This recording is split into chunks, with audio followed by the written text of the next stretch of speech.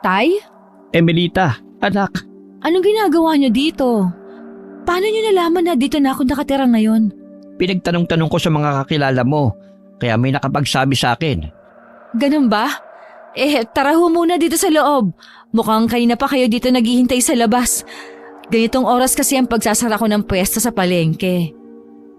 Hindi naman gaanong matagal ang paghihintay namin itong apo kong si Buboy.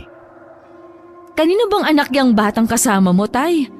Nung umalis ako sa atin, wala naman ako maliit na pamangkin ah. Bakit may apo kang ganyang kabata? Inampon mo ba yan? Anak siya ng ate Agnes mo. Apo, Buboy, magmano ko sa tiya Emelita mo. Opo, Lolo. Hello po, Tia. Anak ni Ate Agnes yan? Kaya pala kamukhang kamukha niya. Lalo ng mata, parehong-pareho sila kung tumingin. Ano bang ginagawa ng batang yan dito? Bakit isinama mo siya? Wala nang ate mo, anak. Namatay na siya noong nakaraang buwan. Hindi kita mahagilap kaya hindi ko nasabi sa iyo eh. Ulila na ang batang ito. Ano? Wala na si Ate Agnes? Ang huling balita ko nung namatay ang asawa niya. Tapos ngayon si ate naman? Bakit? Ano nangyari? Ano ikinamatay ni ate? Kung ano-ano lang. Hindi matukoy ng doktor ang naging sakit niya eh. Naisip namin baka kinulam. Kung ano-ano na kasi lumalabas sa katawan niya hanggang sa lumala. Tapos bumigay na ang katawan niya. Isa lang ang ibig sabihin niyan, karma niya. Alam niya kasing masama ang mangkulam, tapos minana pa niya kay Lola. Hindi naman nangulam ang ate mo eh. Ginagamit niya ang kakayahan niya para manggamot. Kahit na. Malay mo may nainggit sa kanya tapos kinulam siya. Sinabihan ko na kasi siyang wag nang gawin ang ginagawa ni Lola. Diba si Lola, namatay din dahil pinakulam ng kung sinong nainggit sa kanya. Di inulit niya lang. Tingnan mo ngayon, maagang naiwan ang batang yan. Sandali nga po, bakit may sinama dito ang batang yan? Tungkol talaga sa kanya ang sadya ko. Dinala ko siya rito kasi anak, wala nang kukup-kup sa kanya eh. Ayaw siyang tanggapin ng Kuya Alfred mo kasi ang dami na nilang anak. Alam mo namang nakikita lang ako sa kanila. Baka pwedeng dito na muna sa'yo si Buboy. Ano? Tay naman? Alam niyong wala akong kahilig-hilig sa bata. Tsaka anong gagawin ko sa kanya dito? Wala siyang kasama dito sa bahay. Nagtatrabaho kaming pareho ni Lando. Alam nga namang isarado ko ang pwesto sa palengke para lang bantayan ang batang yan. Hindi bantayan si Buboy anak. Matalinong bata ito at mature ang isip. Pinalaki siya ng ate mo na hindi pabigat sa iba. Bilinin mo lang ng dapat niyang gawin. Maintindihan niya kaagad yun. Ay naku! Sabi ko na nga ba talagang problema ang hatid mo sa akin, Tay? Malalim ang tingin niya sa bata habang kinikilatis ito. Lalo siyang nainis dahil nakikita niya ang itsura ng kapatid na namatay. Kamukhang kamukha ng bata ang ina nito. Hindi maiwasan ni Emelita na maalala ang galit niya sa kapatid. Malaki ang inggit niya kay Agnes dahil minana nito ang karunungan lihim ng kanilang lola. Gustong-gusto niyang makuha yon. Pero mas pinili ng matanda ang kanyang kapatid na turuan kesa sa kanya. Yun ang dahilan kung bakit iniwan niya ang kanilang lugar. Dahil gusto niyang kalimutan ng lahat para mamuhay siyang malayo sa kapatid. Pero nang makita niya si Buboy, nanumbalik ang pagkainis niya sa kapatid. Nabuo sa isipan niya ang planong paghihigante. Dahil patay na ang kapatid niya, gusto niyang ibuhos ang galit sa anak nito. Yun ang dahilan kung bakit siya nagpasyang kupkupin ng bata. Ilang araw nang lumipas nang iwan sa kanya si Buboy. Malaki rin ang ginhawa niya dahil nauutusan niya ang pamangkin.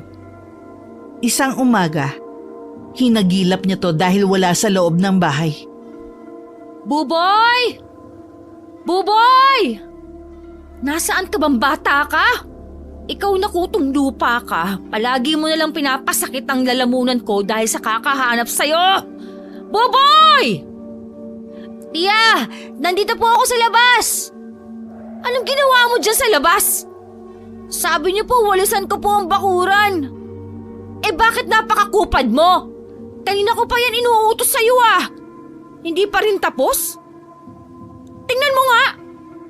May nawalis ka na ba? Wala namang nalinis dito sa labas ah. Ang mga dahon nagkalat pa rin. Anong ginawa mo dito? Ayun! Nakikiusyoso ka sa kapitbahay. Nakita mo kasi na nag-aaway na naman ang mag-asawa dyan sa kabila. Halika nga dito! Ikaw na bata ka? Kaliit-liit mo pa? Chismoso ka na? Akin ang tenga mo, ha? Ginagalit mo talaga ako. Aray ko po, tiya! Masakit po! Huwag niyo pong pingutin ang tenga ko! Aray ko po! Bitiwan niyo po ako! Tiya, baka po matanggal! Talagang tatanggalin ko ang tenga mo para magtinukang bata ka. Napaka-chismoso mo! Dapat talaga sa'yo ay mawala ng tenga nang hindi ka na makasagap ng chismis. Tara sa loob at nang matanggal ang tuluyan ng tenga mong yan! Aray ko po, tiya! Tama na po! Ano ba yan? Ang aga-aga ang ingay-ingay niyong dalawa. Ano bang ginagawa mo sa batang yan, Emelita? Tinuturuan ko ng leksyon. Aba, ang aga-aga sumasagap ng chismis sa kabilang bahay. Hindi naman po eh. Nakita ko lang po silang nag-aaway. Naaawa po ako sa babae kasi sinasaktan po siya. Salbahe po yung lalaki. Sana po mamatay na ang ganong tao. Bad po siya. Ang sama-sama niya. Hoy! Ikaw na bata ka? Talagang manang-mana ka sa nanay mo mangkukulam, ano? Masama ang humiling ng masama sa kapwa. Paano kung magkatotoo yon? Anak ka pa naman ng mangkukulam. Huwag ka nang magsalita ng ganyan, ha? Opo, tiya. Ano ba yan, Emelita? Tigilan mo na nga yung bata. Pinapatulan mo pa yan ay kalit-lit niyan. Oh, nakapagluto ka na ba? Kailangan ko na mag-almusal. Abay, papasok ako sa trabaho. Oo, nakapagluto na ako. Hoy, Buboy! Maghain ka na nga sa kusina ng may pakinabang ka naman. Hindi yung puro chismis ang inaatupag mo. Opo, tiya. Nang makapaghain na si Buboy, kumain sila ng sabay-sabay. Panay ang bili ni Emelita ng mga dapat gawin ng bata habang wala silang mag-asawa. Ipinagawa niya sa bata ang mga gawaing bahay. Araw-araw niyang iniiwan ng gawain si Buboy nang hindi ito lumalabas ng bahay para gumala. Pag umuwi naman siya, ay may dala na siyang lutong ulam para hindi na sila magluto. Palagi niyang tinitingnan kung nagawa ba ni Buboy ang lahat ng kanyang iniutos tuwing umuwi siya. Kapag may hindi ito natapos, kumukulo ang dugo niya at nasasaktan niya ang bata. Isang hapon, bago siya pumasok ng bahay galing palengke, nakita niyang abala ang mga tao sa kabilang bahay.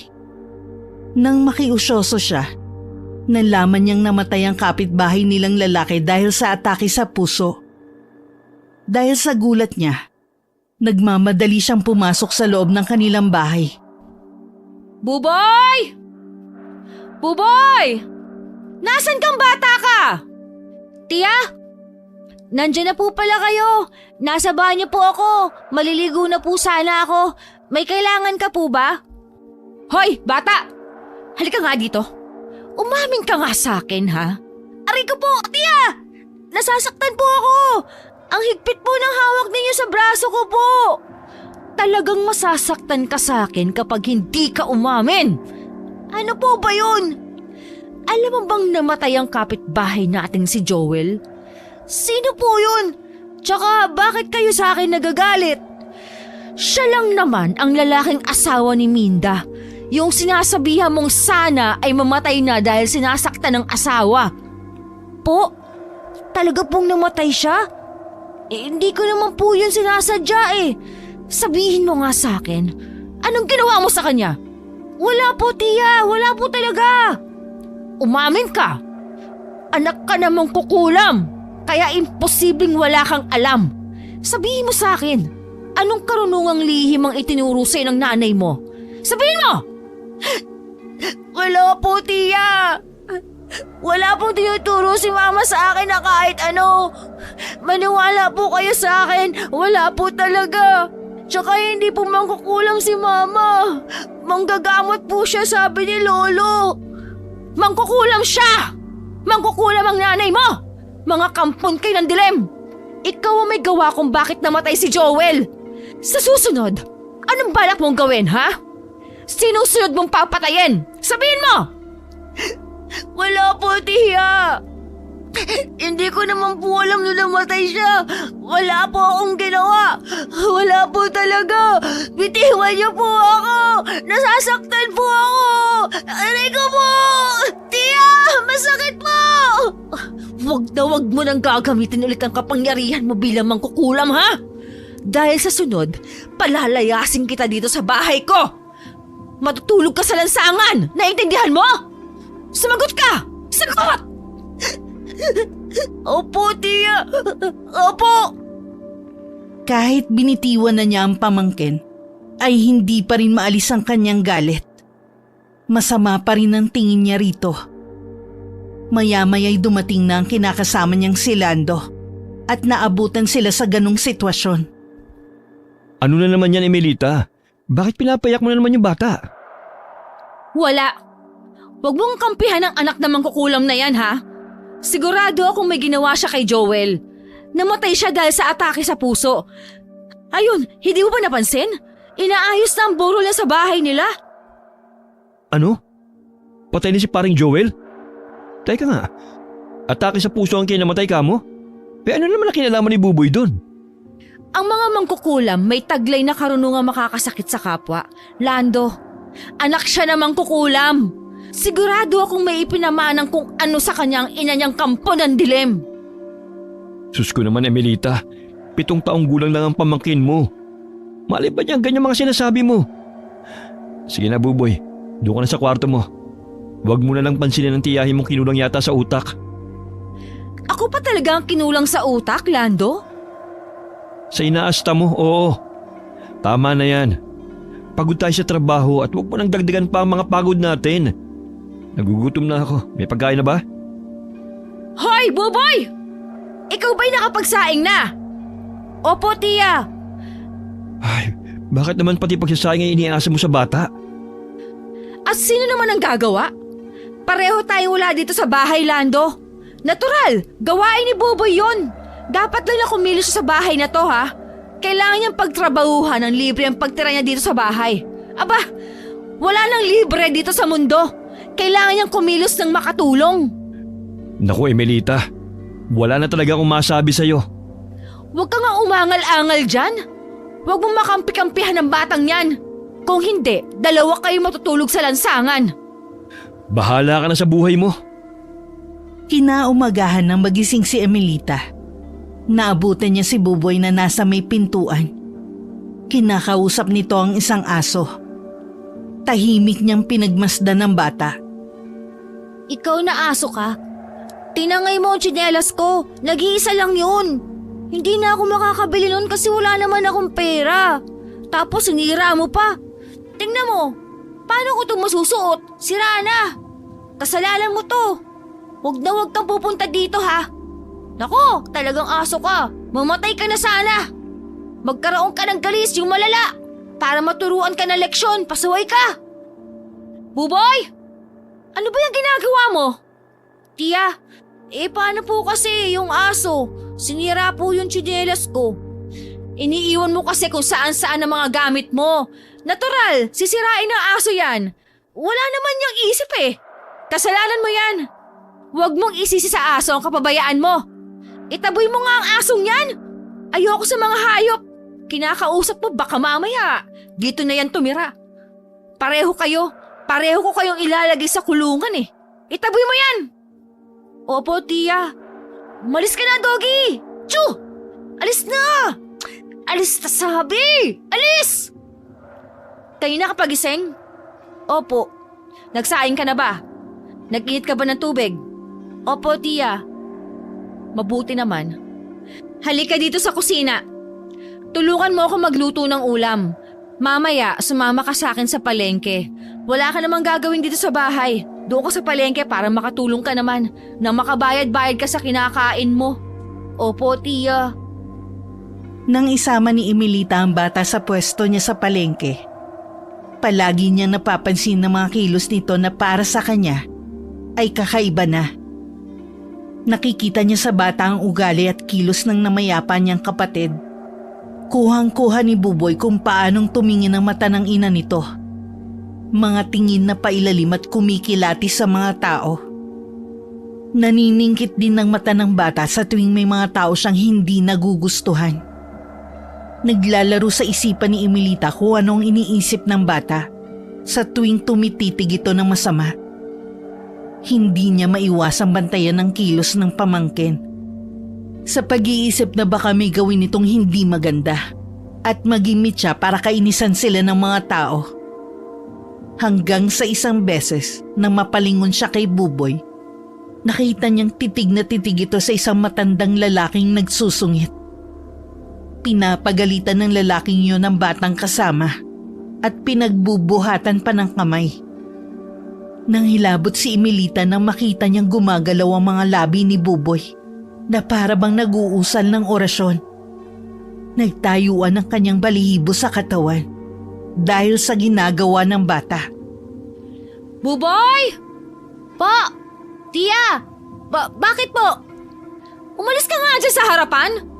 Tignan mo, hindi makita ng customer ang gusto nilang bilhin. Dumito ka sa sulok. Itago mo nga yung sarili mo dito. Opo. Ikaw talagang bata ka kahit kailan wala kang kadala-dala. Nang wala ng taong pumupunta sa pwesto nila, kinausap niya ng seryoso si Buboy. Hindi mapakali si Emilita hanggat hindi niya nalalaman ang ginagawa nito. May kung anong nagtutulak sa isipan niya na paaminin ng bata dahil may ginagawa itong hindi niya nalalaman. Buboy, tara nga dito. Bakit po, Tia? Ano po ang iuutos nyo? Nakita kita kanina habang nakatingin ka doon sa lalaki na nagagalit doon sa bata. May binubulong ka. Ano yon? Po? Wala naman po. Anong wala? Kitang-kita ko na gumagalaw ang bibig mo.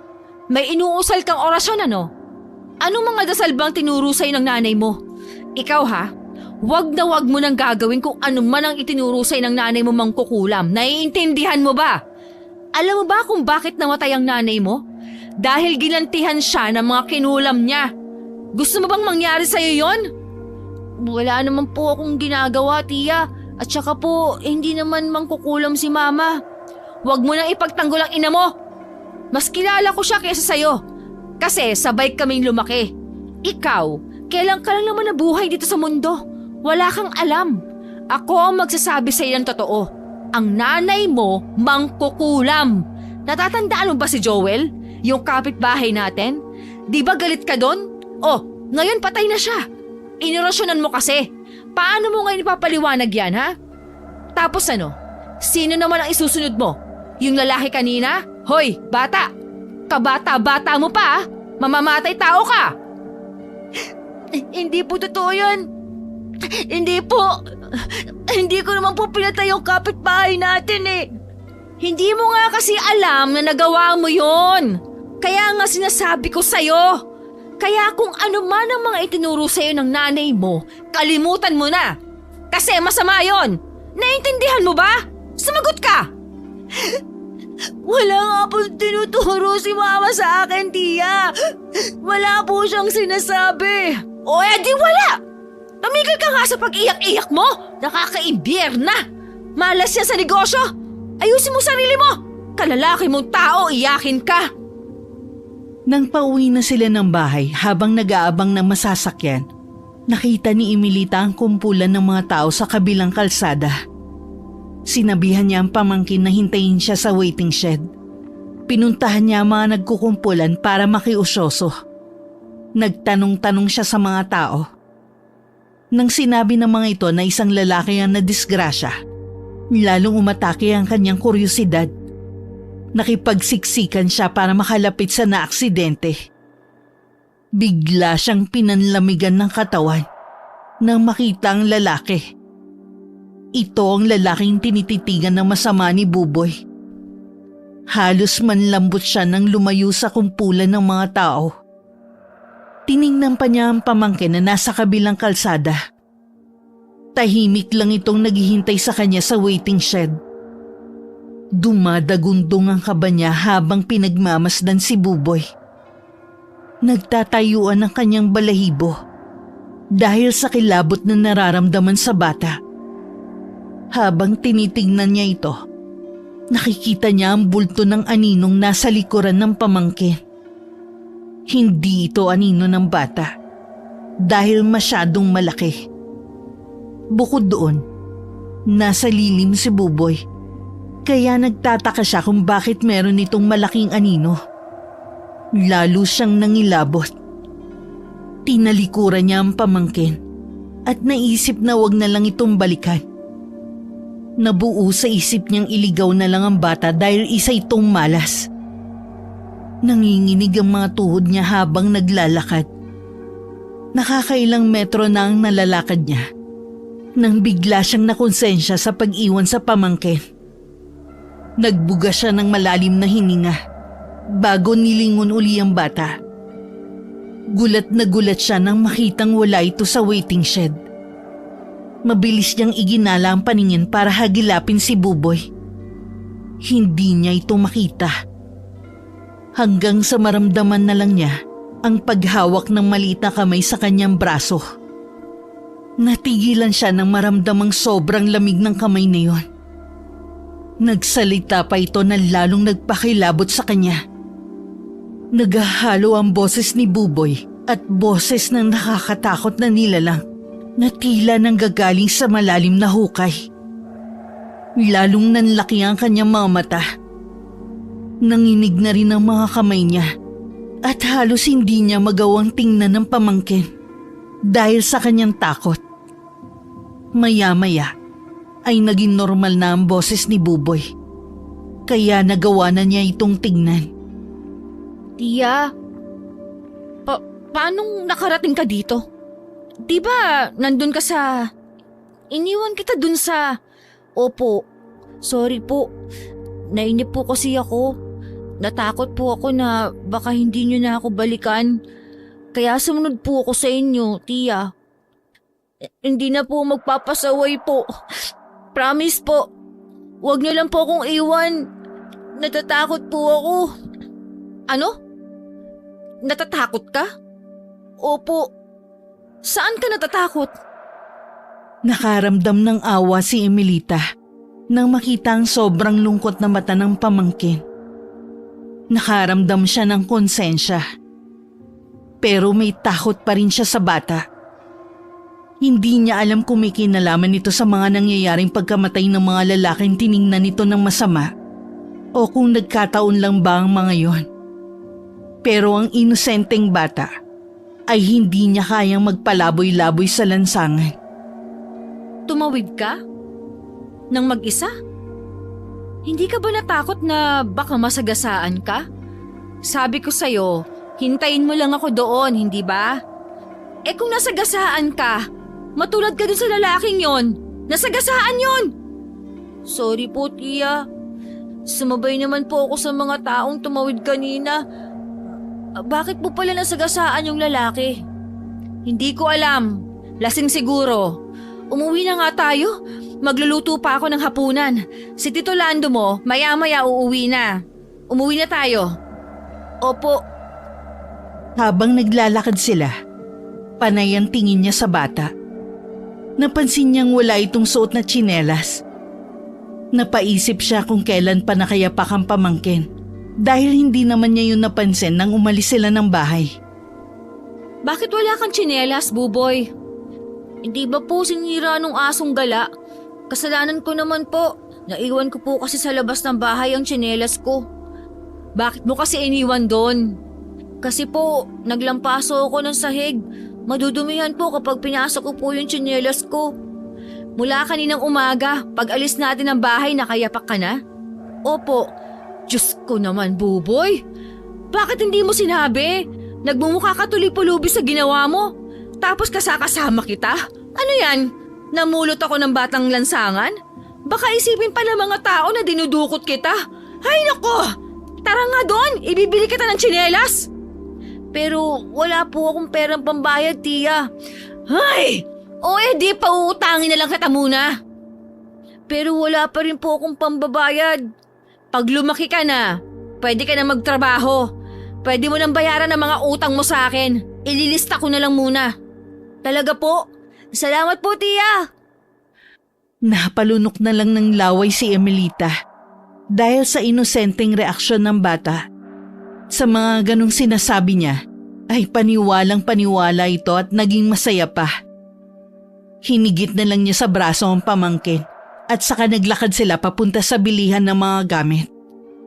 Napansin na rin niya ang suot nitong damit na luma na at may mga punit kaya ibinili na rin niya ito. Heto, kunin mo rin tong ternong damit na to. Mukhang bagay sa'yo para hindi ka magmukhang pulubi dahil sa suot mo. Huwag na po, tiya. Mahal po ang tsinelas. Mahal din po ang damit na yan. Baka po lumaki ang utang ko, hindi ko na po mabayaran. Hindi kita palalabasin ng bahay kapag gulagulanit ang suot mo. Kunin mo yan. Kasi po, walang kasi-kasi. Doon! Punta doon! Bayaran natin. Sigurado ka po? Baka po wala ka ng pera. Hindi ako nauubusan ng pera. Ikaw lang ang walang pera sa ating dalawa. Huwag ka nang dumaldal. Kumuha pa uli ng ilang sando at shorts si Emelita para sa pamangkin.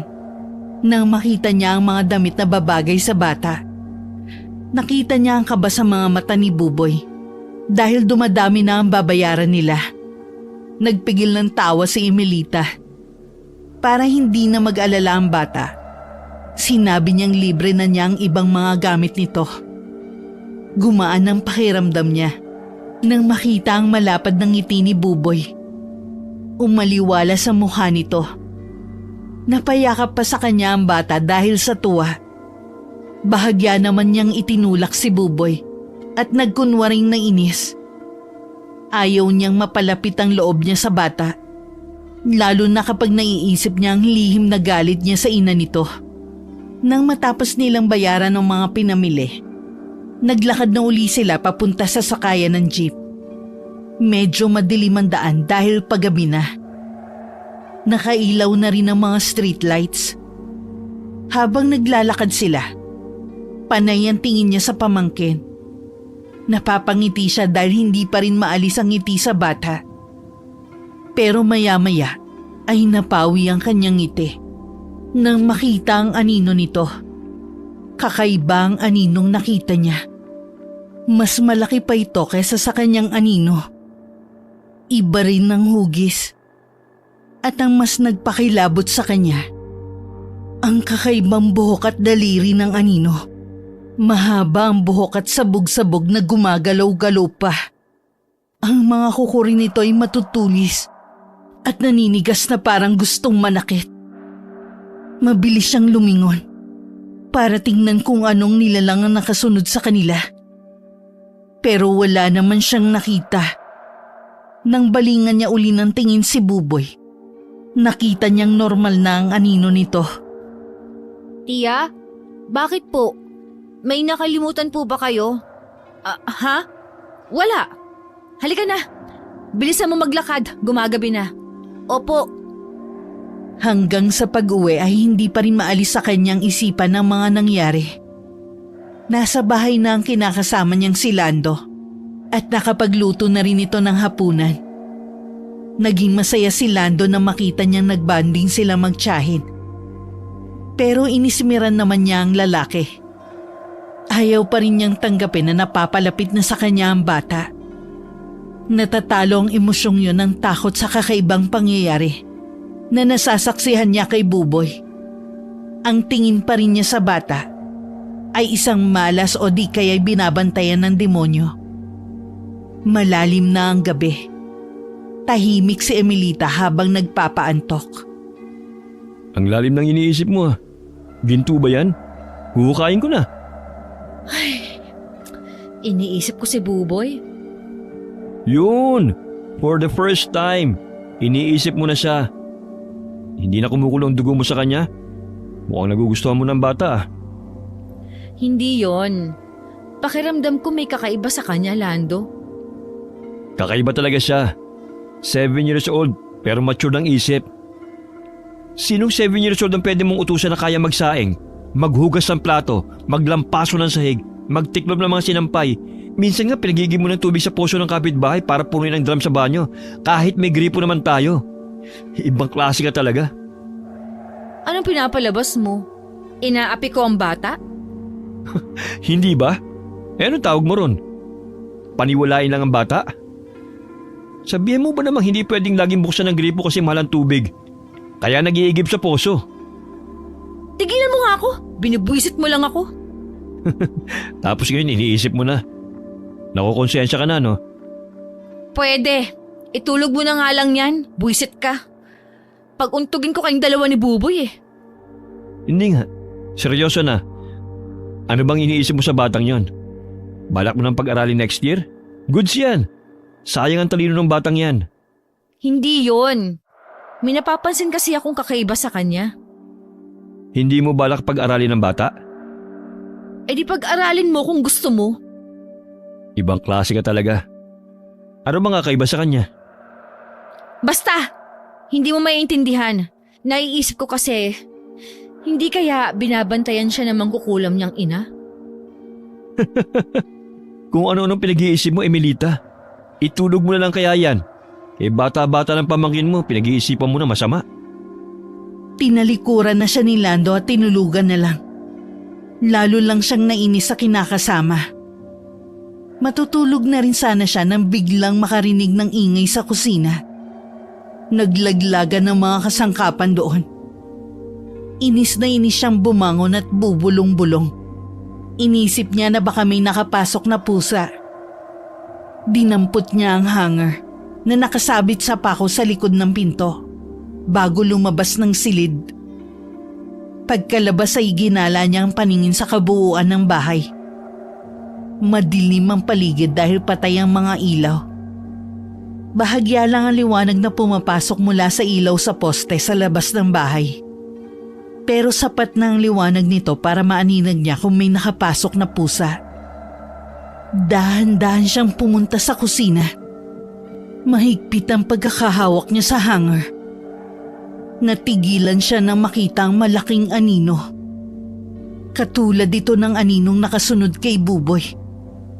Mas malaki na ito at halos punuin ang buong kusina. Kinilabutan siya nang makita ito. Nanlalaki ang mga mata niya habang titig na titig. Pakiramdam niya hindi ito basta anino lang. Para itong may sariling buhay. Nararamdaman niyang nakatingin ito sa kanya. Maya-maya ay may kulay pula na lumitaw sa mukha nito. Nagliliyab na mga mata ng aninong yon ang pulang yon. Kasunod nito ang paghulma ng matutulis ng ngipin. Bumuka pa ang bibig ng anino na para bang gusto siyang lapain.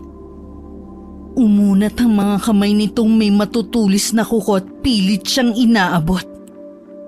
Sa sobrang takot niya, hindi na siya nakakilos at hindi na rin makasigaw. Sa sobrang panginginig ng katawan, ay bumagsak siya sa sahig.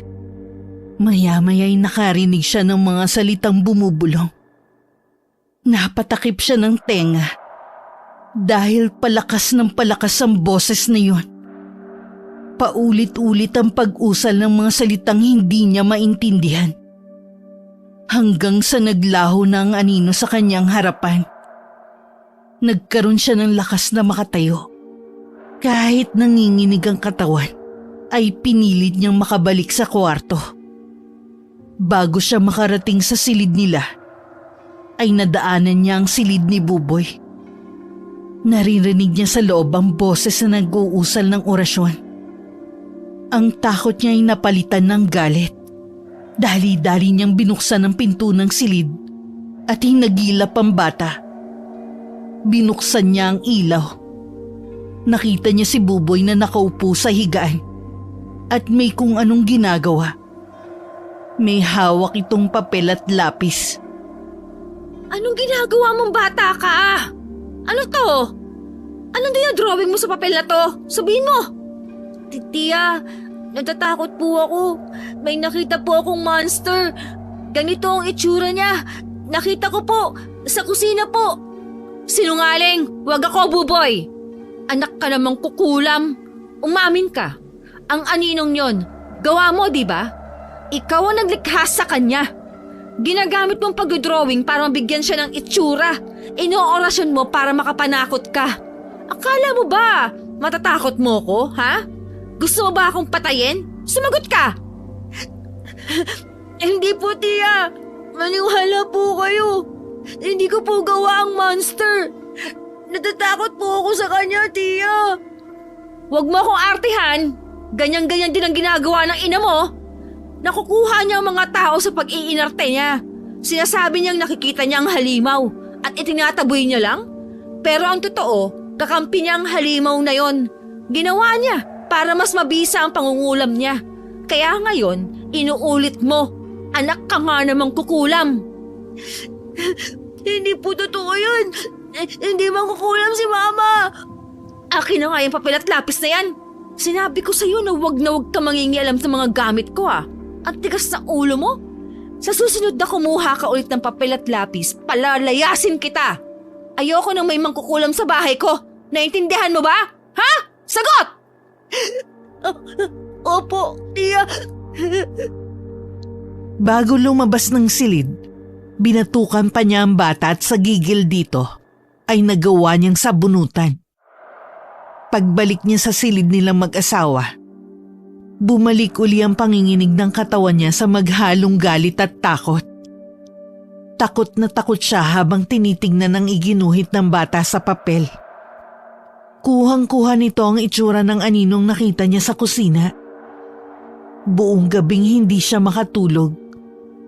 Kaya bumangon siyang nanlalambot ang katawan. Nakapangalumbaba siya sa kusina habang tinitingnan ang kilos ni Buboy. Iniuutos na lang niya sa bata ang mga gawaing siya dapat ang gumagawa. Nasisigawan pa niya ito kapag nagkakamali ng galaw. Dahil sa ingay niya ay nagising na si Lando. Ano ba yan, Emilita? Sigaw ka na naman ng sigaw. Sinisigawan mo na naman ng bata. Ano bang pinapagawa mo sa kanya? Tatanga-tanga kasi. Pritong itlog lang hindi pa magawa ng tama. Tingnan mo ang niluto niya. Puro sunog. Nakakaisang tray na ang nasayang niya. Hindi pa rin nailuto ng maayos. Ang dami tuloy na sayang oh. Bakit mo kasi pinapagawa sa bata? Malay ba siya sa pagluluto? Kailan siya matututo? Aba, dapat lang na habang bata pa tinuturuan na. Marunong nga siyang kumain tapos hindi marunong magluto. Anong silbi niyan? Ay nako, talaga naman Emilita. Buboy, magpasensya mo ng tiyahin mo. Ang ugali kasi niyan parang pinag-isalim na kulog at kidlat. Hoy bata, ipagtimpla mo nga ako ng kape. Ayusin mo ha. Baka mamaya pati kape, pumalpak ka pa. Tubig lang yan sa 3-in-1. Opo tiya. Dahil sa inis ni Emilita kay Buboy, hindi niya ito isinama sa palengke. Iniwan niya ito sa bahay at binigyan na lang ng mga gagawin para malibang. Tanghali na nang makaramdam si Emilita ng sama ng pakiramdam. Ibinili niya ang tindahan sa kanyang tindera at umuwi siya ng bahay para magpahinga. Naabutan pa niya si Buboy na nanonood lang ng palabas sa TV. Binati siya nito pero hindi niya pinansin. Nagtuloy-tuloy siyang pumasok sa kanyang silid. Sobrang bigat ng pakiramdam niya na para bang lalagnatin. Gumamit pa siya ng thermometer. Pero napag-alamang hindi naman nilalagnat kaya itinulog na lang ito. Mahimbing na siyang nakakatulog nang maalimpungatan siya. Dahil may malamig na bimpong lumapat sa kanyang noo. Siraulo kang bata ka? Ano ginagawa mo? Nilalagnat ka po tiya, kaya nilagyan ko po kayo ng bimpong basa. Ganyan po kasi ang ginagawa sa akin ni Mama kapag may lagnat ako. Ano naman ngayon? Sinabi ko bang gawin mo sa akin? Inistorbo mo ang pagtulog ko. Doon ka nga sa labas. Tsaka pwede pa. Huwag kang pasok ng pasok dito sa kwarto. Ayoko ng istorbo. Gusto ko ng pahinga. Opo, tiya. Alam mo, nagkasakit lang ako ngayon kasi nandito ka sa bahay. Ini-stress mo ako palagi. Ibalik na lang kaya kita kay tatay. Tiya, ayoko po doon. At bakit? Hindi ko po gusto ang asawa ni Tiyo. Kaya po ako dinala dito ni Lolo kasi ayaw po sa akin ng asawa ni Tio. Eh bakit ako? Gusto ba kita? Hindi ba hindi rin? Pero mas gusto po kita. Eh ayoko nga sa'yo. Tsaka nakita mo na, inaayawan ka ng mga tao. Alam mo kung bakit? Kasi nga, mangkukulam ang nanay mo. Pero wag niyo po akong ibalik doon. Magpapakabait na po ako. Aalagaan ko po kayo. Hindi ko na po susunugin ang itlog. Promise po. Ano bang nagustuhan mo sa akin? Di ba nga, sinusungitan kita palagi? Sabi po kasi ni Mama bago siya mamatay, hanapin daw po kita. Sa inyo daw po ako tumira. Kasi mabait daw po kayo. Hindi niyo raw po ako pababayaan. Sinabi niya yon? Opo. Naniwala ka naman? Opo. Sinungaling ang nanay mo.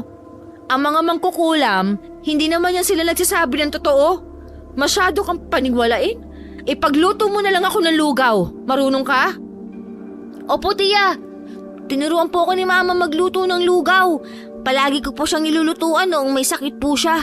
Sabi niya, yun lang daw po ang kakainin niya. Bakit daw? Kasi po, yun lang daw ang pagkain na hindi niya isinusuka. Gumiginhawa daw po siya sa lugaw. Ganon? Sige, magluto ka ng lugaw sa kusina. Sige po. Nagpakawala ng malalim na buntong hininga si Emelita pagkalabas ni Buboy ng silid. Nangilid ang mga luha niya nang maalala ang sandaling gusto na niyang pagsisihan. Naupo siya sa kama at namaluktot sa sulok habang yakap ang unan at balot ng kumot ang katawan. Naabutan siya ni Lando sa ganong kalagayan at alalang-alala ang asawa. Kumusta ka na? Sabi ni Buboy nilalagnat ka raw. Patingin nga. Mainit ka nga. May lagnat ka nga. Bakit hindi mo ko tinawagan? Gusto mo ba ng lugaw? Nagpaluto ka raw ng lugaw pero sabi naman ni Buboy ayaw mo namang kainin. Ano gusto mong kainin? Si Ate Agnes. Oh, anong tungkol sa kanya? Namimiss mo ba ang kapatid mo? Gusto mong dalawin ang puntod niya? Ibinigay niya sa akin si Buboy para pahirapan ako, Lando. Ano bang sinasabi mo? Patay na ang kapatid mo. Paano niya yung gagawin? Saka isa pa, bata lang si Buboy. Kaya ka nagkakasakit dahil sa kakasungit mo sa bata. Bakit ka ba galit na galit sa mag-inang yun? Sinisingil na ako ni Ate, Lando. Ano bang pinagsasabi mo? Hindi namatay si Ate sa sakit. Binarang siya. Okay, sino naman ang gagawa nun sa kanya? Pinabarang ko siya, Lando. Ako ang nagpabarang sa kanya. Hindi ko naman alam na hindi niya yun malalagpasan. Kasi alam ko, marunong siya sa karunungang itim. Kaya niyang pagalingin ang sarili niya. Pero bakit hindi niya pinagaling? Bakit hinayaan niyang kainin ang sakit na ibinigay ko? Bakit, Lando? Ano bang sinasabi mo? Galit na galit ako kay Ate. Kasi sabi ni Lola, ako daw ang tuturuan niya ng kakayahan niya. Kasi noon pa man, gusto ko nang manahin ang kakaibang kapangyarihan ni Lola. Manghang-mangha ako kung paano siya mag-usal ng Latin na orasyon. Kung paano niyang napapasunod ang mga alaga niyang insekto papasok sa katawan ng taong bibiktimahin niya.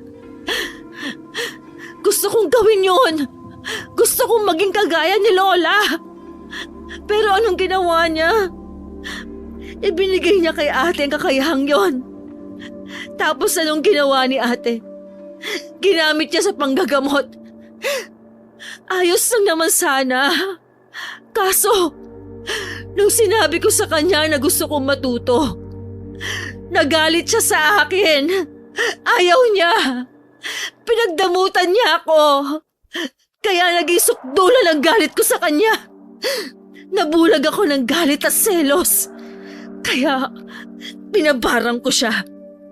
Pero hindi ko alam na mamamatay siya, Lando. Hindi ko naman ginusto na mamatay siya. Ano? Totoo ba yan? Si ate, ginagabayan niya si Buboy. Pinoprotektahan niya si Buboy. Ginagantihan niya ako sa pamamagitan ni Buboy. Palayasin mo ang batang yan! Palayasin mo siya! Palayasin mo! Papatayin niya ako! Emelita, tumigil ka na nga. Kung ano man ang alitan yung magkapatid, walang kinalaman dyan ng bata. Kung totoong galit sa iyo ang kapatid mo, dapat binarang ka rin niya nung buhay pa siya. Alam nila kung sinong bumabarang sa kanila, hindi ba? Malamang alam niya na ikaw ang gumawa nun sa kanya. Kaya siguro hindi niya ginamot ang sarili niya dahil alam niyang babalik yun sa'yo. Kaya mas pinili niyang mamatay na lang. Mas inisip ka pa rin niya hanggang sa uli. May dahilan siguro siya kaya ginawa niyang manahin ang karunungang yun. Kasi alam niyang gagamitin mo sa masama dahil sa ugali mo. Hindi totoo yan! Kahit kailan hindi naman niya ako inisip. Dati pa, ang gusto niya, lahat ng meron ako sa kanya mapunta. Ewan ko sa'yo. Lando, ibalik mo na si Buboy kay tatay. Tawagan mo si tatay, sabihin mo, kunin na ang bata. Ayoko siya dito, alisin mo siya dito. Kasi, kinakain ka na ng konsyensya mo? Hindi si Buboy o ang ina niya ang kalaban mo rito, Emelita. Sarili mo ang kalaban mo. Mag-isip ka nga ng tama. Galit na iniwan siya ng asawa sa silid. Umiyak na lang siya ng umiyak hanggang sa makatulog. Maya-maya ay nagising ang diwa niya dahil nakakarinig siya na may nag-uusal ng orasyon. Gusto niyang dumilat pero sobrang bigat ng talukap ng kanyang mata. Mabigat din ang kanyang katawan na kahit ang kanyang braso ay hindi niya magawang itaas. Sinubukan niyang magsalita pero ungo lang ang kanyang nagagawa. Sobrang lamig ng paligid. Pakiramdam niya ay wala na siya sa sariling silid. Para siyang nasa loob ng kuwebang sobrang lamig at sobrang dilim. Maya-maya ay naramdaman niyang may sumasakal na sa kanyang leeg. Nagsimula na siyang mahirapan sa paghinga. Pinilit niyang igalaw ang katawan. Sinimulan niyang paggalawin ang hililiit sa kanyang kamay. At nang magawa niya, ay nakagalaw na siya. Bigla niyang hinawakan ang sariling leeg para pigilan ang sumasakal sa kanya. Nang dumilat siya, tumambad sa kanyang nakakatakot na anino. Tumatawa ito ng nakakatakot.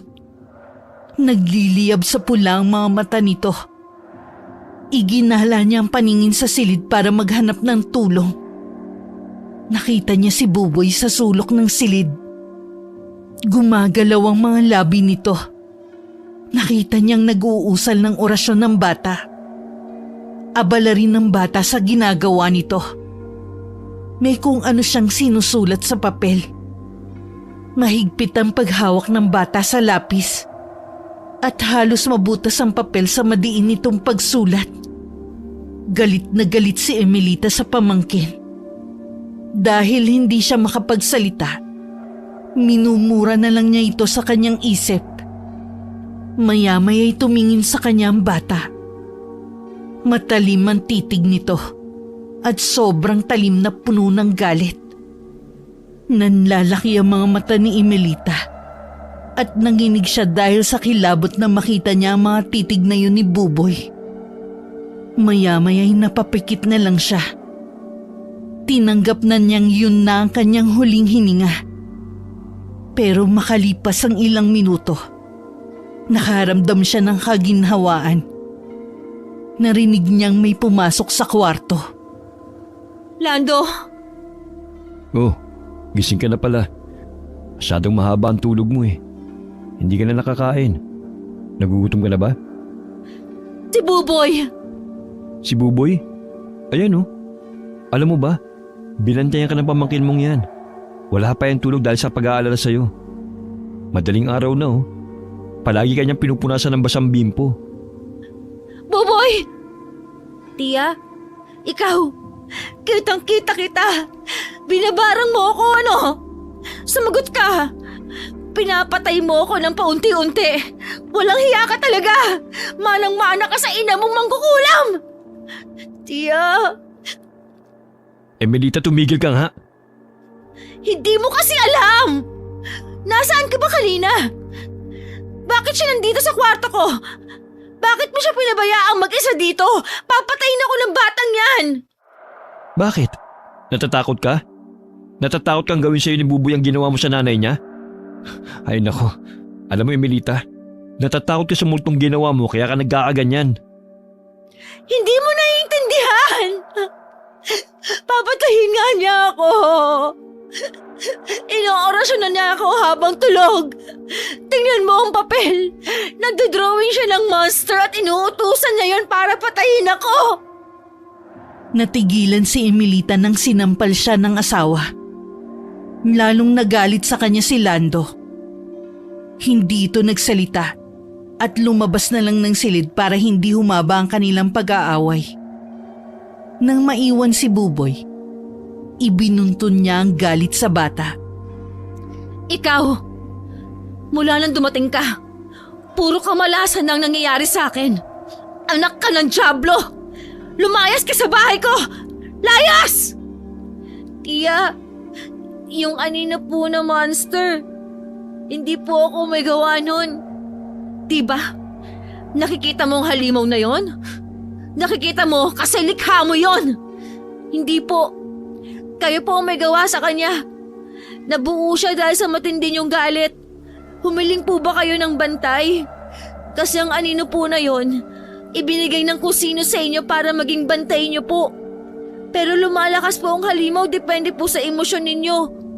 Kapag po galit kayo at masama, nagiging ganon din po siya. Pero ang bantay po ninyong yun, kayo po ang sinasalakay. Kasi po, hindi niya kaya ang galit ninyo. Kaya po nagkakaroon siya ng sariling pag-iisip na patayin kayo. Sinungaling ka. Huwag mong binibilog ang ulo ko. Bata ka lang na walang alam. Sinusubukan ko po siyang labanan. Pero nahihirapan po ako kasi tinutulungan niyo po siyang lumakas. Subukan niyo pong labanan siya. Kayo lang po ang makakatalo sa kanya, Tia. Hindi mo ako mapapaniwala. Kagaya ka rin ng nanay mo mangkukulam. Umalis ka sa kwarto ko. Lumabas ka! Labas! Tumatakbong lumabas ang bata. Sinundan niya ito ng masamang tingin. Nang makalabas si Buboy, inisip niya ang sinabi ng bata. Naalala niya ang paglapit sa mambabarang na binayaran niya para barangin ng kapatid. Dahil sa takot niyang balikan siya ni Agnes, humingi siya ng bantay sa mambabarang na yon. Lalong nanlumo si Emelita matapos niyang maalala ang lahat. Nilukob siya ng takot at kilabot. Lalo siyang nalito at hindi na makapag-isip ng tama. Umiyak na lang siya ng umiyak para mailabas ang takot na kanyang nararamdaman. Para na siyang baliw habang tinitingnan ang kabuuan ng silid. Natatakot siya na baka nagtatago ang aninong halimaw sa sulok ng kwarto. Nang hindi na niya kinayang isiping yon, nagmamadali siyang lumabas. Hinagilap niya si Buboy. Nakita niya itong nakaupo sa sofa sa sala at hawak na naman ang papel at lapis. Anong ginagawa mo? Bakit nag-drawing ka na naman ng halimaw? Tia, kailangan ko pong gawin kasi kapag po inilalantad ang itsura ng halimaw, nababawasan po ang lakas niya. Sabihin mo, paano mo matatalo ang halimaw na yon? Kaya mo bang talunin? Hindi ko po alam. Sabi po ni Mama sa akin bago siya mamatay, iligtas daw po kita sa monster. Kinakain ka raw po ng sariling galit kaya po lumalakas ang monster. Sinabi ni ate yon? Opo. Emelita! Ano na naman yan? Pinagagalitan mo na naman si Buboy? Buboy, sige na, pumasok ka na sa kwarto mo. Patulog ka na. Hindi pa kami tapos mag-usap. Bakit mo siya pinapaalis? Tama na, utang na loob. Tinawagan ko kanina si Tatay Delphine. Pinapupunta ko siya rito. Sabi ko magsama siya ng albularyo. Ano? Bakit? Mukha ka kasing sinasapian. Ang lalim ng mga tingin mo. Hindi naman dahil sa lagnat lang. Pag hindi kinaya ng albularyo, saka kita dadalhin sa doktor. Hindi kita pwedeng dalhin sa doktor ngayon dahil baka diretso ka sa mental. Ayusin mo nga sarili mo, Emelita. Dapat siguro sa pari kita dalhin eh. Kailangan mo siguro mangumpisal. Mukhang kinakain ka na ng konsensya mo eh. Hindi na nakasagot si Emelita sa mga sinabi ng asawa. Naisip niyang may tama naman ito. Napaupo siya sa sofa at saka nag-isip ng mahinahon. Inalok siya ni Lando ng pagkain at tumango na lang siya. Doon niya lang naramdaman ang pagkalam ng sikmura. Ipinaghain siya ng asawa at binantayan siya habang kumakain. Pagkatapos nun ay nakatulog na siya sa sofa. Ayaw niyang pumasok sa silid dahil sa pakiramdam na naroon ang aninong halimaw. Pagdilat niya, tumambad sa kanya ang ama at ang isang matandang lalaki. Nabigla siya ng bangon nang sa likod ng mga ito ay naroon ang halimaw na aninong gumagambala sa kanya. Nakasunod ang anino sa kanyang ama. Tay, O anak, kumusta na ang pakiramdam mo? lumayo ka! Iwanan mo ang tatay ko! Lubayan mo siya! Ano bang sinasabi mo? Isang albularyo ang kasama ko. Siya si Apo Lakay. Siyang tumingin sa Ate Agnes mo. Ikaw? Sabihin mo, bakit hindi mo napagaling ang ate ko? Ang ate mo nagdesisyon na huwag siyang gamutin. Bakit? Dahil ayaw niyang saktan na bumarang sa kanya. Sabi niya mahal na mahal niya ang taong iyon. At kung kagustuhan nitong mamatay siya, kaya daw niyang ibigay. Ang ayaw niya lamang, imapahamak daw yun. Hindi totoo yan! Ano ba nangyayari sa'yo, anak? Tay, nandiyan na po pala kayo. Oo, kasama ko si Apo Lakay. Si Buboy nasaan? Nasa kwarto po. Hindi ko po pinapalabas kasi palaging sinusungitan ni Emelita eh. Ganun talaga kapag may sakit. Lalo na ang anak kong yan hindi mahilig sa bata. Pupunta ko muna nga po ko. Sige po, dun po sa kwarto na yun. Sige, ako nang bahala. Asikusuhin mo lang si Apo. Ibigay mo mga gamit na kailangan niya. Sige po. Wala naman akong ibang kailangan. Dala ko na mga gamit ko eh. Ganun po ba? Umalis na kayo! Wala namang problema sa akin! Bakit ba kayo nandito? Bakit mo ba sila pinapunta, Lando? Tignan niyo po, Apo. Galit na naman siya. Oo nga. Kakaiba rin tumigil. Kailangan natin simulan ng gamutan. Lando! Lando! Emelita! Madali kayo! Ang apo ko! Ano nangyari sa kanya? Bakit wala siyang malay? Po? Ano? Bakit? Napano si Buboy? Dahil sa sigaw na yun ni Mang Delfin, nagmadali silang tumakbo sa kwarto ng bata. Naabutan nila si Mang Delfin nakalong sa kandungan ng batang walang malay. Nanlambot ang katawan ni Emelita nang makita si Buboy na nababalutan ng usok na itim. Ano nangyari sa kanya? Wala sa katawan ng bata ang kanyang espiritu. Nababalutan siya ng itim na mahika. May gustong sumakob sa kanyang katawan. Anak siya namang kukulam. Kaya natural lang sa kanya na magkaganyan. Emelita, hanggang ngayon ba naman? Bukas ang sixth sense ng bata. Kaya lapitin siya ng mga elemento at mga enerhiya. Una ko pa lamang makita ang batang yan. Alam kong espesyal siya. Dalian nyo. Ihiga nyo siya sa sahig. Kailangan ko babawi ang espiritu niya bago pa siya maunahan ng itim na enerhiya ang sumasakop sa kanyang katawan. Sinabi ng manggagamot na ilabas sa sala ang bata para merong mas malaking espasyo. Ipinasarado rin ang pinto at mga bintana. Pagtapos maihiga ang bata sa gitna ng sala, nagtulos ng puting kandila ang albularyo sa sahig at ipinwesto itong nakapalibot sa bata. Pagkatapos ay nagsimula ng matandang lalaki sa pag-usal ng orasyon para mabawi ang espiritu ng bata. Maya-maya ay nagtayuan ang balahibo nila sa katawan dahil sa kilabot. Lumamig ang klima. Wala namang hangin dahil hindi nakabukas ang bentilador. Pero kitang-kita nila na tila sumasayaw ang apoy ng mga kandila. Hanggang sa makita ni Emilita ang itim na enerhiyang bumabalot sa katawan ng pamangkin na unti-unting kumakapal. Gumagalaw ang enerhiyang yun na animoy usok na kulay itim. Nabuo ng isang bulto ng taong enerhiya. Sobrang pagtataka ni Emilita na siya lang ang nakakakita sa enerhiyang yun. At kahit ang albularyo, hindi yun nakikita pero nararamdaman lamang nito. Emilita, Po? wala ka bang nararamdaman sa likuran mo? Ho? Anong meron sa likuran ko? Pakiramdaman mo siya. Lalong nangilabot si Emilita sa sinabi ng matandang lalaki. Dahil doon ay natuon ang kanyang atensyon sa likuran niya. Natatakot siyang lingunin ng nilalang na nararamdaman niyang nakatayo sa kanyang likuran. Ramdam na ramdam niya ang presensya nito. Pero hindi kagaya ng itim na enerhiya. Hindi siya nakakaramdam ng takot sa nilalang na yun. Anong nasa likuran ko? Huwag kang matakot. Nandyan ang pamangkin mo. Ayaw niyang bumalik sa katawan niya dahil ginagabayan ka niya. Inilagay ng bata ang enerhiya ng dilim sa kanyang katawan para iwanan ka nito.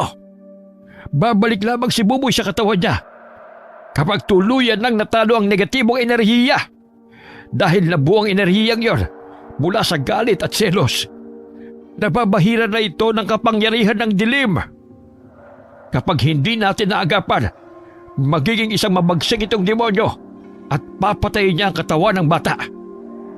Hindi! Kasalanan ko ang lahat ng ito. Sa akin ito nagsimula. Walang kasalanan dito si Buboy. Huwag ang pamangkin ko. Ako na lang. Ako na lang. Hindi pwedeng mapahamak ang apo ko. Gawin mo ang lahat ng paraan, Apo Lakay. Oo, sa tulong ninyo, gagawin ko. Huwag kayong matatakot sa kalaban. Ngayon lamang ako nakakita ng ganitong sitwasyon. Ang masamang enerhiyang ito ay nagsimula sa barang. Gawa ito ng masamang mambabarang. Hindi na napigilan ni Emilita ang maiyak dahil sa labis na pagsisisi. Nakaramdam siya ng takot para sa kanyang pamangkin. Wala siyang ibang sinisisi kundi ang sarili niya. Sa kauna-unahang pagkakataon, nagawa niyang magdasal para sa kaligtasan ni Buboy. Dinig na dinig niya ang pagsabay ng tinig sa pag-oorasyon ng albularyo. Nagmumula ang tinig na yun sa kanyang likuran. Kaya alam niyang si Buboy ang sumasabay kay Apo Lakay. Dahil sa ginagawa nila, nagsimula ng maging agresibo ang halimaw na enerhiya. Lumaki ito ng lumaki na sinakop ang buong bahay. Parang pininturahan ng itim ang mga dingding. Maya-maya'y lumitaw ang nagliliyab sa pula na mata ng aninong halimaw. Nagpaikot-ikot ito sa lahat ng mga dingding. Sa bawat usal ng orasyon ng albularyo, ay lalong nagagalit ang anino. Lalo pa itong naging agresibo nang magsindi na ng insenso si Apo Lakay. Pumailan lang ang usok nito. Dahilan para lumiit ang itim na enerhiya at bumalik sa tabi ng katawan ni Buboy. Kitang-kita ni Emilita ang pagkataranta ng itim na usok. Naghahanap ito ng matataguan. Maya-maya'y nakita niyang pumasok ito sa katawan ni Buboy. Dumaan ito sa bibig ng bata. Napasigaw si Emilita dahil sa takot at pag-aalala sa kung anong mangyayari sa katawan ng pamangkin. Nagulantang silang lahat ng bumangon ng katawan ng bata. Nang dumilat ito, nagliliyab sa pulang mata. Si Buboy! Ano nangyayari? Bakit kulay pula ang mata ng apo ko? Hindi yan si Buboy. Sumapi sa katawan niya ang enerhiyang nagbumula sa dilim. Hala? Paano to? Ano nang gagawin natin? Huwag kayo magpapadala sa takot. Kapag natakot kayo, lalo siyang lalakas. Gagamitin niya ang takot ninyo para matalo tayo. Ano pong gagawin namin? Dasal!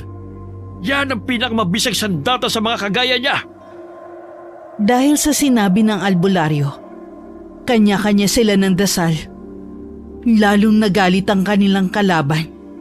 Nagwala ng katawan ni Buboy. Ibinagsak niya ang mga kasangkapan sa loob ng bahay. Nabuhat din ng bata ang mabibigat na upuan at inihagi sa iisang direksyon. Nang wala na siyang masirang mga gamit, pinalutang nito ang mga nawasak na kasangkapan. Maya-maya'y nagsambulat yun. Kanya-kanya sila ng iwas para hindi tamaan. Nang sandaling huminto ang paggalaw ng mga gamit, napatingin si Emelita kay Buboy. Nakita niyang nakalutang ang mga matatalim na bagay sa gilid nito. Kasama ron ng itak at mga kutsilyo. Nakita rin niya ang albularyong nananatiling nakaupo sa sahig. Hindi ito tumayo para itago ang sarili. Nakapikit ang matandang lalaki at hindi alintana ang panganib.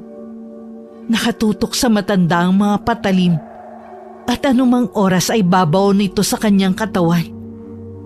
Hindi na nakatiis si Emelita. Lumabas siya mula sa pinagtataguan at hinarap ang halimaw na kanyang nilikha. Tama na! Hindi ko alam kung anong klaseng halimaw ka. Pero ang alam ko lang, ako ang lumikha sa'yo. Emelita, huwag mong gawin yan. Nasasapian ng demonyo ang katawan ni Buboy. Hindi siya yan. Hindi yan makikinig sa'yo. Magtago ka rito. Ipinapahamak mo lang ang sarili mo. Mula sa simula pa lang, ako na dapat ang napahamak, Lando. Ako dapat ang namatay at hindi si ate. Ang dami-dami ko nang dinamay.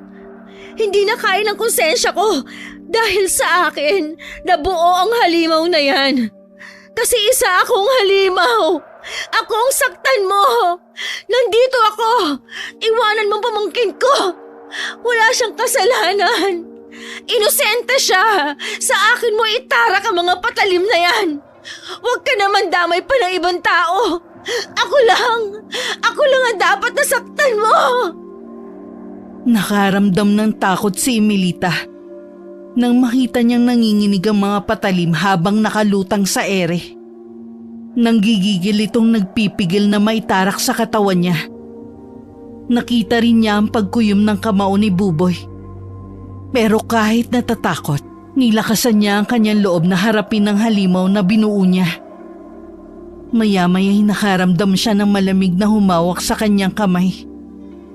Napaluha siya nang maalala ang minsang hinawakan siya ni Buboy. Malamig ang kamay nito. Marahil sa takot at pag-aalala na baka iwanan siya sa waiting shed ng mga sandaling yon. Bumagsak ang katawan ni Emelita at humagulgol. Buboy, patawarin mo ako. Patawarin mo si Tia. Kasalanan ko lahat. Pati ang nangyari sa nanay mo. Ako ang may gawa nun. Nagsisisi na ako, Buboy. Ate Agnes, patawarin mo ako. Nabulag ako sa galit, inggit at selos. Pero hanggang ngayon, ako pa rin ang iniisip mo. Akala ko, pinadala mo si Buboy para gantihan ako. Pero ang totoo, pinadala mo siya para gabayan ako. Kasi alam mong naliligaw na ako ng landas. Sorry, ate. Sorry. Bumagsak na mga kutsilyo. Pati si Buboy, nawala na rin ng malay. Ang apo ko! Buboy! Apo! Emelita, ayos ka lang ba? Paano ako hihingi ng tawad kay ate? Maririnig pa ba niya ako? Mapapatawad pa ba niya ako? Palagay ko, hindi naman siya galit sa'yo.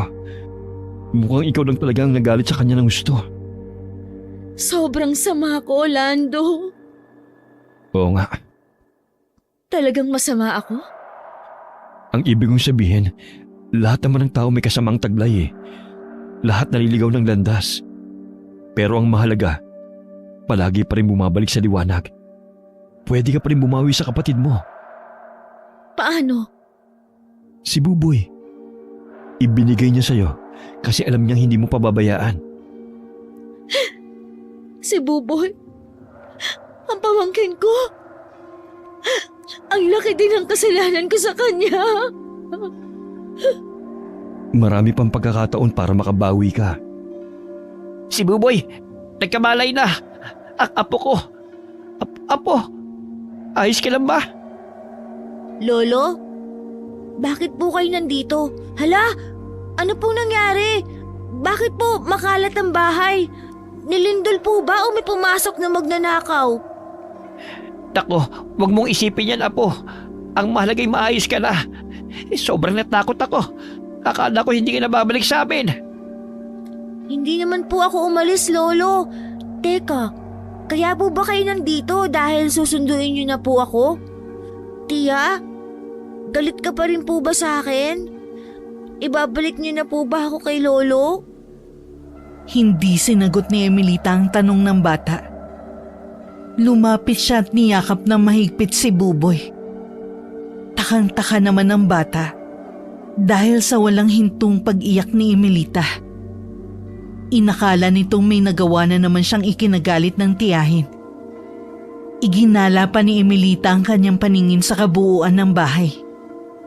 Tiningnan niya kung may bakas pa ng mga nakakatakot na pangyayari. Nakita niya ang albularyo na naglilibot sa buong bahay habang pinauusukan ng lahat ng sulok gamit ang insenso. Nag-uusal din ito ng dasal para selyohan ng proteksyon ng bahay. Pagkatapos nun, sinimulan namang harapin ni Apo Lakay si Emilita. Ikaw ang kailangan kong gamutin, hindi ba? Po? Sa'yo nagmula ang lahat. Bukas sa mga senses mo na naghahatak ng mga negatibong enerhiya. Kailangan ko isara. Dahil kung hindi, baka maulit lang ang mga nangyari. Ganun po pala yun? Akala ko, normal sa kanyang palaging masungit at galit. Kapag po ba naisara yun, babay na po ba ang asawa ko? Hindi nakakatuwa, Lando. Aba, seryoso ako. Di naman ako nagbibiro eh. Para bumait ka na. Hindi nga ganun yun. Apo, nagagalit na naman siya. Pakidalian nga po yung pagsasara ng kung ano-anong nakabukas sa kanya para bumait na. Pakisama na rin pong isarang lahat ng mga butas sa katawan niya para tuloy na siyang bumait. Mamaya ka sa akin, lalaki ka. Humanda ka talaga sa akin. Matapos gawin ng albularyo ang pagsasailalim kay Emilita sa healing at cleansing, nagbigay pa siya ng kwintas bilang proteksyon sa mga negatibong enerhiya. Ayon sa manggagamot, lapitin si Emilita ng mga negatibong enerhiya. Kaya masama sa kanya magkaroon kahit anumang kaalaman ukol sa panggagamot. Dahil sigurado magagamit niya sa hindi mabuting paraan. Binigyan din si Buboy ng kwintas para hindi lapitan ng mga element. Sinabi nito mabilis maakit sa bata ang mga nilalang dahil sa kakaiba nitong enerhiya. Nang matapos na ang manggagamot, nagpahinga lang sila sandali at nagpaalam na rin ng dalawang matanda. Nagpasalamat sa Emilita sa albularyo, lalo na sa kanyang ama dahil sa ginawa nilang pagsalba sa buhay niya. Dahil din sa mga nangyari, nakilala ni Emilita ang kanyang sarili. Nalaman niya kung saan siya nagkamali at kung paano sisimulan ng buhay ng walang galit at hinanakit sa iba. Ilang oras ang ginugol nila para linisin ang bahay. Napapahilot na lang si Emilita sa kanyang sentido nang makitang halos walang natirang gamit sa kanila dahil sa nangyari. Parang bagong lipat sila sa bahay na yun dahil umaliwalas matapos ilabas ang mga gamit na nasira. Grabe, ganito kabilis magpalit ng mga gamit sa bahay? Kung ganito ang paglilinis, hindi na ako maglilinis. Malaking pera naman ang uubusin para makabili ng mga bagong gamit. Sorry ha. Kasalanan ko kasi lahat yan. Wala akong sinasabi Wala rin akong sinisisi. Pero in fairness marunong ka na rin mag-sorry ngayon. Mahusay yung dilalang albularyo ng tatay mo. Nagawa niyang baguhin ang ugali mo Galing! Ikaw! Namumuro ka na ah. Natatandaan ko, may kasalanan ka pa sa akin ah. Bawal kang magalit. Sige ka, makakabuo ka na naman ng monster. Hindi na mangyayari yon. Kasi ako na mismo ang monster. Halika dito! Makakatikim ka sa akin! Nakalimutan ko pala si Buboy sa kusina.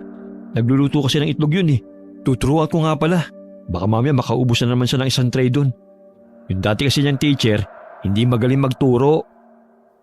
Sige, dadagdagan ko pang inis ko. Makalipas ang ilang linggo, dinalaw ni Emelita ang puntod ng kanyang kapatid kasama si Lando at Buboy. Pagkakita pa lang niya sa puntod, ay hindi niya napigilan ang pagpatak ng luha. Naibuhos niya ang kanyang emosyon at nagawa rin niyang magsisi sa lahat ng kanyang nagawang kasalanan. Nakapagpasalamat din siya sa kapatid dahil iniwan sa kanya ang nag-iisa nitong anak na si Buboy. Nang matapos siyang makipag-usap sa kapatid, naramdaman niyang parang lumaki ang kanyang ulo.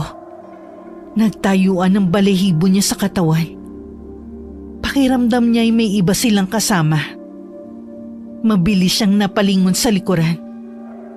Bukod kina Lando at Buboy na naghaharutan, nakita niya ang isang malaking anino sa may kalayuang puno. Kilalang kilala niya ang aninong yun. Dahil ganun ang bulto ng kapatid niya, sa punong kinaroroonan ng anino, nakita niya ang marahang pagbagsak ng mga dahon na para bang nagpapahatid ng gustong sabihin ng kapatid niya. Pinagmasdan niya ang aninong yon hanggang sa unti-unting naglaho. Kasabay ng paglaho nito ang paghinturin ng pagkalagas ng mga dahon sa puno. Nawala na rin ang panlalaki ng ulo niya, pati ang mga balahibong nagtatayuan. Hindi ka pa tapos, Emelita? Ha? Bakit? Si Buboy kasi, ang sabi niya nagugutom na daw siya. Hala, hindi po tiya. Oh, kanina lang nagsabi ka sa akin Sabi mo po ililibre mo ko. Wala akong pambayad. Madadagdagan po ang utang ko, tiyo. Utang? Kanino kami utang? Kay tiya po. Bakit ka nagkautang sa tiya mo? Kasi po, pinalitan po niya ang tsinelas kong sinira ng aso. Tsaka po itong damit na suot ko. Binili niya po sa akin. Kaya pala. Di, dagdagan pa natin ang utang mo. Pinistahan pa lang nagaganap Tumigil na nga kayong dalawa. Umalis na tayo. Dumaan muna tayo doon kila tatay para mabisita ko naman sila kuya. Yun. Tapos sakto. Baka may libreng pagkain doon, Buboy.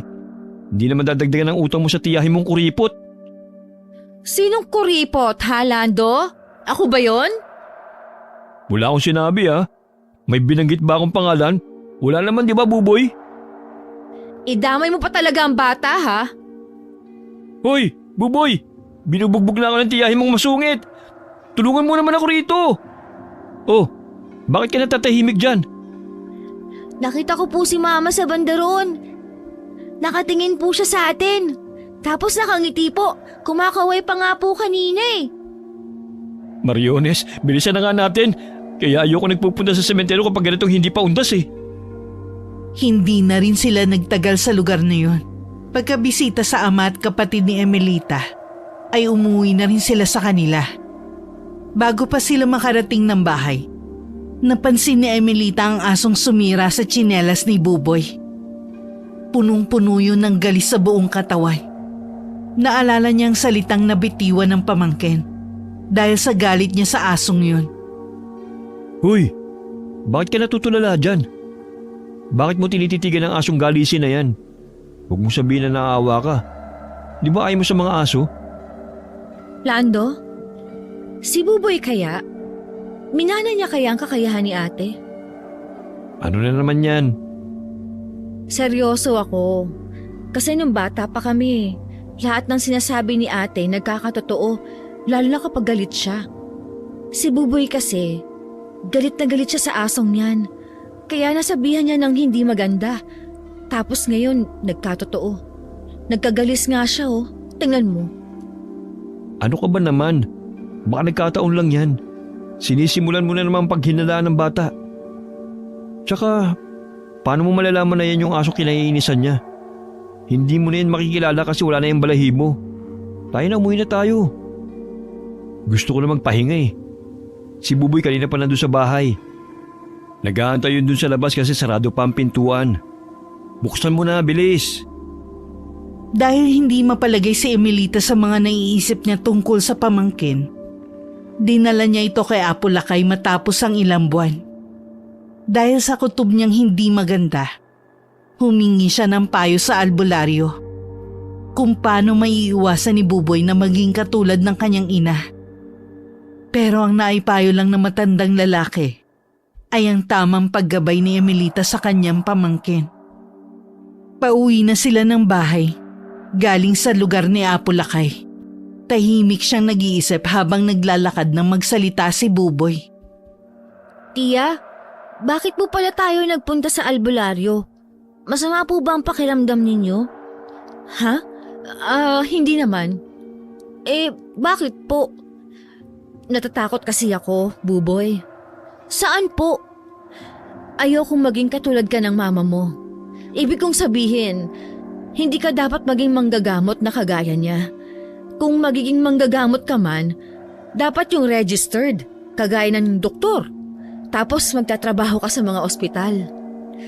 Pangarap ko nga po yun, Tia. Pero wala naman po akong pera. Siguro po, pag nagkatrabaho na lang po ako, mag-iipon po muna ako. Hindi. Hindi mo kailangang mag-ipon. Pwede kitang pag-aralin, pero may kapalit. Madadagdagan po ang utang ko sa inyo, Tia. Baka po hindi ako makabayad. Hindi ko sisingilin. Pati yung mga utang mo nung nakaraan, kakalimutan ko na. Basta sa isang kondisyon. Ano po yun? Gusto kong maging mapagtimpi ka.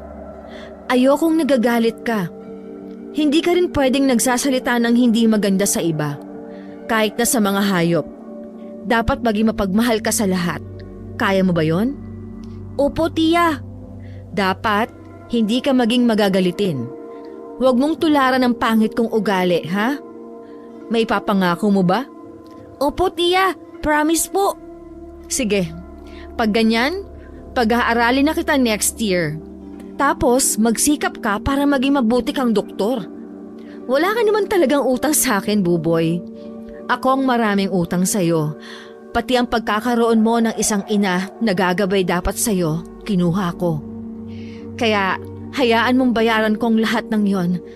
Ako ang tatayong magulang mo para matupad mo ang lahat ng pangarap mo sa buhay. Ayos na ba yon? Salamat po, Tia. Tama nga po si Mama. Mabait po kayo. Si Mama, palagi po siyang tama. Oo, palagi talaga siyang tama. Tapos, ako ang palaging mali. Umuwi na nga tayo. Bilisan mo maglakad.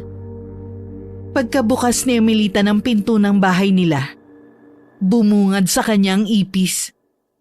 Dahil sa takot niya, pinaghahampas niya ito ng walis hanggang sa mamatay. Inutusan pa niya si Buboy na itapon ng ipis sa labas ng bahay.